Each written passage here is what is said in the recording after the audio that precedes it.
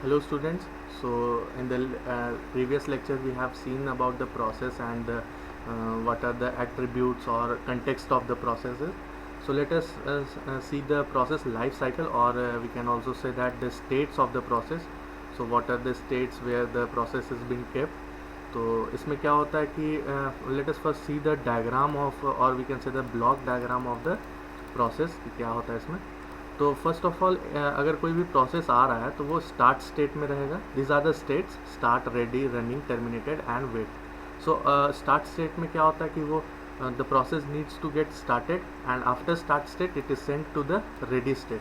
तो ready state में जब जाता है तो ये क्या होता है, रेडी होता है कि अब हम मतलब इसको सारा इनपुट मिल चुका है, अब ये केवल सीपीयू मतलब इसको सीपीयू मिलना बाकी है. That means it is only waiting for the running state. So after the ready state it moves to the running state, and in running states there are three types of possibility. Running state is the active states, मतलब हम बोल सकते हैं कि यहीं पे काम होता है. बाकी passive states होता है जहाँ पे किसी तरह का काम नहीं होता, only input, output and storage are done. तो रनिंग स्टेट में तीन तरह का पॉसिबिलिटी होता है. फर्स्ट कि अगर सारा का सारा प्रोसेस कंप्लीट हो गया, जो भी हम करना चाह रहे हैं, each and every task is being completed. तो in this case what happens, the process gets terminated and the process is now over. तो ये पहला केस हो गया. सेकेंड, अगर किसी वजह से रनिंग स्टेट पे प्रोसेस को रनिंग मतलब एग्जीक्यूट करने का टाइम नहीं मिला, then what it does, it again reverts back the process to the ready state. तो ये रेडी स्टेट पे फिर से भेजता है कि आफ्टर मतलब कि तुम जाओ वहाँ से किसी भी तरह का इनपुट जो तुम्हारे पास अभी नहीं है वो लेकर आओ. That means it sends to the ready state. And the third possibility is अगर हाफ प्रोसेस मतलब हाफ एग्जीक्यूशन हुआ और सम पार्ट ऑफ एग्जीक्यूशन हुआ, जैसे कि अगर 3 मिनट का execution, if process needs execution of 3 minutes and after 1 minutes the CPU terminates it. तो क्या हुआ कि 1 मिनट का वो काम कर लिया, उसके पास अब 1 मिनट का बचा हुआ है, तो वो कहाँ चला जाएगा, वेटिंग स्टेट पे. और वेट स्टेट से कहाँ जाएगा, ready state. Again from the ready state it moves to the running state to complete its जो बचा हुआ काम है वो करने के लिए फिर से वो रनिंग स्टेट पे जाएगा. तो ये था प्रोसेस कंट्रोल ब्लॉक का जो डायग्राम था. अब let us see that definitions of each and every process states. So when a process executes it Passage through different states. ये डिफरेंट स्टेट से पास होता है, एंड दीज स्टेट्स में differ in different operating systems, and the names of these states are also standardized. So in general a process can have one of these following 5 states at a time. तो ऐसा हो सकता है कि process एक से ज़्यादा स्टेट पे रहे, तो ये क्वेश्चन गलत है. एक प्रोसेस एक टाइम पे एक ही स्टेट पे रहेगा. तो the first one is start. So it is the initial state when a process is first started और क्रिएटेड. तो ये बता चुके हैं. The second one is ready. तो the process is waiting to be assign to the processor. So ready processor are waiting to have the processor allocated to them by the operating system so that they can run.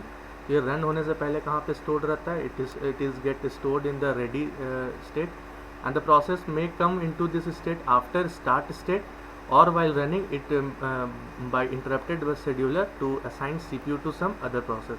तो ये पहला case हो गया, ये new state से आएगा, यहाँ start state से. And the second case is that running से आता है. रनिंग से कब आता है, जब हाफ प्रोसेस का जो भी वर्क होता है और something is been due for that process. So third one is running. Once the process has been assigned to a processor by the operating system scheduler, the process state is set to running and the process executes its instruction. तो running state में क्या होता है, जो भी मतलब active काम होता है, यानी कि जब सीपीयू का या ऑपरेटिंग सिस्टम जब उसे असाइन हो जाता है तो प्रोसेसर क्या करता है, रनिंग स्टेट पे चला जाता है. तो the next one is waiting state. तो process moves into the waiting state if it needs to wait for a resource such as waiting for user input और waiting for a file to become available.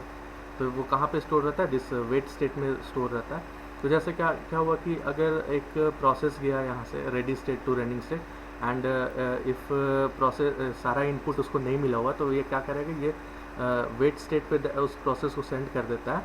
कब तक के लिए, जब तक के लिए कि वो इनपुट इसके पास नहीं आ जाए. अब whenever it gets the input then it again calls the process which is kept in the waiting state, and through ready state it moves on to the running state. So this is the process of waiting. And the last one is terminated, or we can also say it too as the exit state. So once the process finishes its execution or it is terminated by the operating system, it is moved to the terminate state where it waits to be removed from the main memory.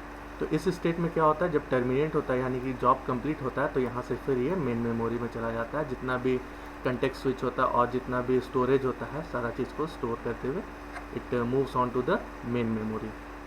So let's move on to the next topic, that is process control blocks. तो ये PCB जो अभी last lecture में we have seen that what is PCB. तो PCB is a data structure maintained by the operating system for every process. तो जो भी एक मान लीजिए दिस इज़ अ प्रोसेस, तो it is having its own PCB.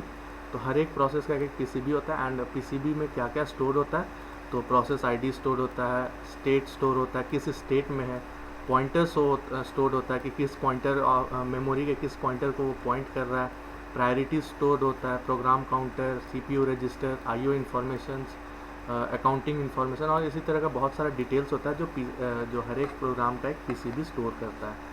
So the PCB is identified by integer process ID. तो each and every PCB has its unique process ID. ये हम लोग लास्ट लेक्चर में भी देख लिए हैं.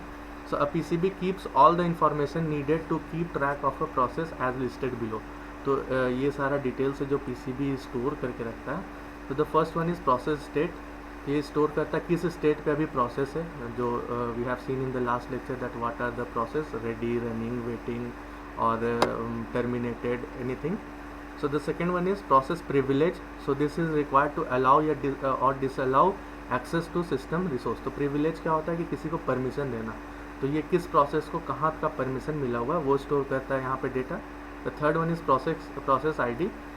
as you have your university enrollment number or registration number, similarly in the way each and every process is having its own process ID. So process ID ये है. And next it is also having a pointer to the parent process. तो इसके ऊपर वाला process क्या है, ये memory location पे स्टोर रहता है. तो this is the memory location. The program counter. So program counter is a pointer to the address of the next instruction to be executed for this process. तो मतलब अगर ये प्रोसेस कंप्लीट हो जाता है तो आफ्टर कंप्लीशन ये process कहाँ जाएगा वो स्टोर कौन करता है, programme counter. So the next one is CPU register. Various CPU registers were processed need to be stored for execution for running state. तो ये रजिस्टर स्टोर करता है जो भी डेटा है एंड जो भी processes are there in the running state. CPU scheduling information, कौन सा शेड्यूलिंग यूज़ करना है, कौन सा प्रायोरिटी यूज़ करना है, ये CPU शेड्यूलिंग इन्फॉर्मेशन स्टोर करता है. सो this is your unit 3, this is your unit 4 and this is your unit 5. तो ये सब हम लोग यूनिट वाइज में पढ़ लेंगे. अभी एक छोटा छोटा डेफिनेशन यहाँ पे दिया हुआ है. So next is the architecture of a PCB is completely dependent on operating system and may contain different information in different operating system. तो हर एक ऑपरेटिंग सिस्टम में एक एक डिफरेंट उसका PCB स्टोर्ड हो सकता है.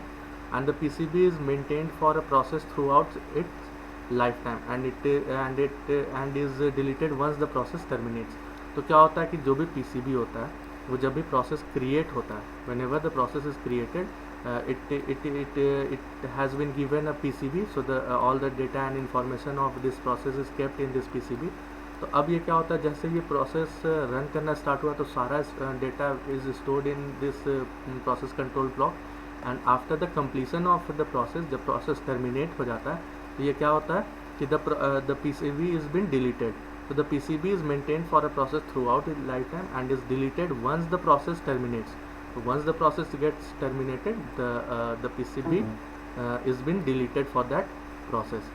So that's all for this PCB and process. We will study context switching in the next lecture. Till then, stay tuned. Thank you.